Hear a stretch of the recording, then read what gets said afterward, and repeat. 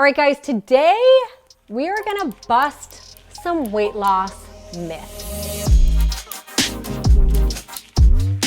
Myth number one, lifting weights will make you big. How many times have you heard that lifting weights will make you bulky? I mean, it is a thing that I grew up learning. It is a thing that I thought, and it is not right. It just is not right. Now, if you are a male, your body actually produces testosterone. It produces the hormones that will make you bulkier when you lift. But as females, we do not have the proper hormone breakdown to get bulky like we think we're going to. Now, if you are somebody who's like, Heidi, I have been lifting, I've lifted before, I've lifted heavy, and I feel bulky after I lift. There's a couple things I want to tell you to that. First and foremost, when you're lifting, your muscle fibers are breaking down. When your muscle fibers break down, fluid is rushed to the muscle that makes you feel bulky. So for the next 1 to 2, sometimes 3 days, you will notice that there is some swelling in the muscle. That's all water retention that over time and with consistency and getting your body used to it will eventually go away. The other thing I want to point out is we all have very unique genetic potential. So my legs are only going to get to a certain size. Your legs are only going to get to a certain size. Your arms are only going to get to a certain size. They will not go past that. And the reality is that the more muscle mass that we have, the more efficient our body is going to be at burning the fat on top. So keep that in mind. As you're building muscle or strengthening your muscle, you may for a little while feel a little bit bulkier as the muscle's growing. Remember, it's gonna have a limit. It's not gonna get too big. But after that muscle has grown, as that muscle's growing, your body is also metabolizing or moving. It's mobilizing fat, burning fat a lot faster on top of the muscle. So eventually you're going to look leaner, even if you weigh a little bit more, because a pound of muscle is much smaller than a pound of fat. But overall, guys, the myth is not true that you're going to get bulky if you lift heavy weights. Myth number two, lots of sit-ups are the best way to a flat stomach. Now, let me tell you something. There is no such thing as spot reducing. We always think if we have fat on our belly and we do endless sit-ups, then we will get a flatter stomach. Now, I need you to understand that there is no correlation between lifting weight or resistance training and the layer of fat that is in that specific area. So fat is lost globally, which means it's lost all over your body. At the same time, everybody's a little bit different, but usually from the top down is how you will see fat burned. When you're doing sit-ups, you're not doing it for nothing. Sit-ups are really great. They're actually building the bricks that are underneath the layer of skin. But the reality is that abs are actually made in the kitchen. And if you want a flatter stomach, you need to watch the foods that you're eating in the kitchen to help increase your calorie deficit to where you are consuming fewer calories than you are expending each day. That is where a flat stomach is made. Myth number three, the best diet is the one that gives you the fastest results. I mean, how many times do we start a diet and we're on a good track, we're losing weight, maybe it's a little bit slower, but we see our friend over there who's losing weight faster on another diet, so we jump from that diet to the next one in an effort to lose weight faster. Then when that one slows down, we jump to another diet, then we jump to another diet, then we jump to another diet. Guys, here's the deal.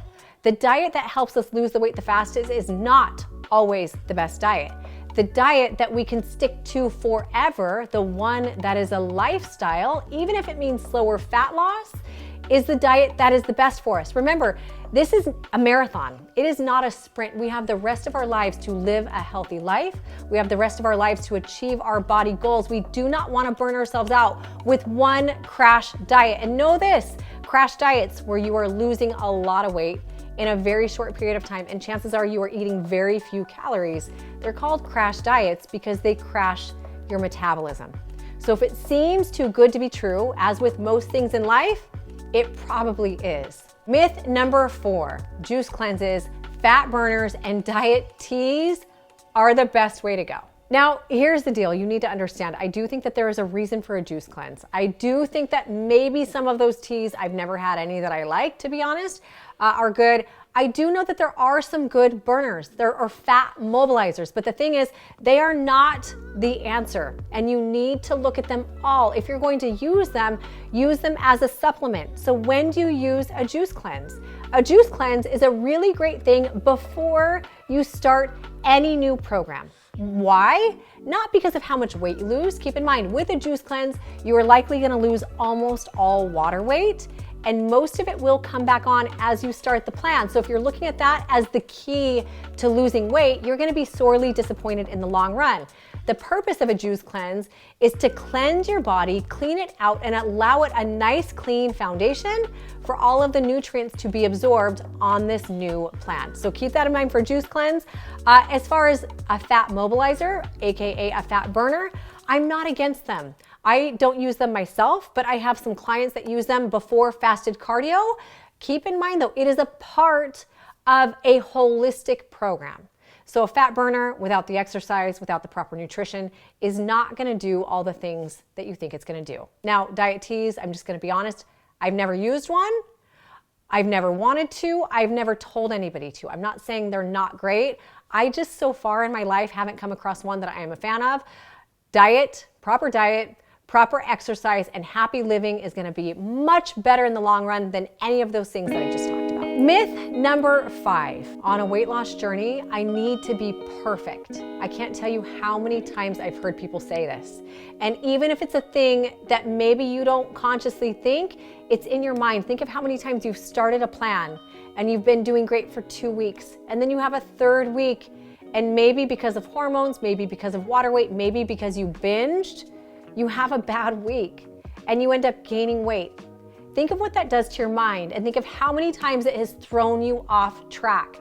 Now, I am here to tell you that weight loss is not linear. There is not a weight loss journey that is linear, even if you're doing it perfectly. But I'm also here to tell you, you don't need to do it perfectly. You're going to have weeks where you're up a little, then you're gonna be down 2 pounds, then you're gonna be up a pound, then maybe down another 1.5 pounds, then up a 0.5 pound, then down 3. The journey actually looks like a sawtooth pattern. So it's really important that at any point in time, you do not determine how well you're doing by that week's weigh-in. You don't. And sometimes you don't even determine how well you're doing by a weigh-in at all. This is where I want you to focus on non-scale victories. They're NSVs, things that have nothing to do with the scale that have you feeling a certain way. Maybe you have more energy. Maybe you're getting stronger. Maybe the clothes you are wearing are fitting you better. Maybe you're just happier in general. These are far more important than thinking you need to be perfect. So do not let the number control you, right? And also, when you have a bad week or you have a bad 2 weeks, know that you are human, just like all of us. And the greatest transformations I have ever worked on with anybody have always been very human people that have messed up just as much as they've gotten it right. So stay in there and know that that is a myth. Okay, myth number 6 is that carbs make you fat. And the thing is, we need to understand, oh man, should I chew this first? That was pumpkin loaf, and it was really good. I think we need to understand that just because something has fat in it, so a macronutrient called fat inside of a food, does not mean that it makes you fat. And same, carbs, we've been so programmed through the culture that we've lived in that carbs and foods with fat in it actually make you fat, and they do not. There are 3 vital macronutrients: proteins, carbs, and fats. Every one of the foods that we eat are made up of a blend of those 3 macronutrients, and they all serve a vital role in muscle growth, muscle strength, and overall weight loss. Truly, every single one of them. Weight loss cannot happen long-term without use of all of them. So rest assured, carbs do not make you fat. Carbs give us energy. They help our workouts. They supply and supplement and feed the muscle after we are done working out. And the more we can properly feed and nourish the muscle, the more our bodies will be able to metabolize fat in the long run. So eat your carbs, eat your fats, eat your proteins. Do not miss out on any of them. And the final myth is that being thin or being skinny means you're healthy. So I don't know if this is as much of a myth these days as it was when I was growing up. So if you're my age or around my age, this might be something that's still stuck in your head. But I am so grateful these days that being fuller and thicker and having more of a booty and having more muscle is in, because when we were growing up, it is not. And I don't think girls these days are dealing with the pressure that we dealt with when we were younger, which led to a terrible eating disorder of mine, which is on YouTube here. But it is not true. Skinny does not mean you're healthy. And also lean does not mean that you're healthy. So you can see somebody, you can see me having muscles, being leaner. It does not mean you are healthy. So you have to keep in mind, health is more than just about how you look. It's more than just about what you eat, and it's more than just about how you exercise. Health is completely holistic, and there are all the kinds of healths that we need to focus on. If we're not focusing on what we're feeding our mind and our heart and our soul, and we're only focusing on what we're feeding our body and how we're exercising that, we're gonna be miserable. And when we think about it, what is the purpose for diet and exercise to begin with? It's so we feel good. It's because we wanna be happy, we wanna have joy, we wanna have peace. So make sure when you're talking about health, you're not just talking about what you're gonna do, how you're gonna feed your body, and how you're gonna exercise your body, but you're also figuring out how to train and love on your heart, your mind, your spirit, and your soul. All right, guys, so there you have it. 7 myths of transformation, totally busted. If there are any more myths that you want busted, let me know below. Also tell me what you want to hear more from me. Guys, make sure you subscribe, and I will see you next time.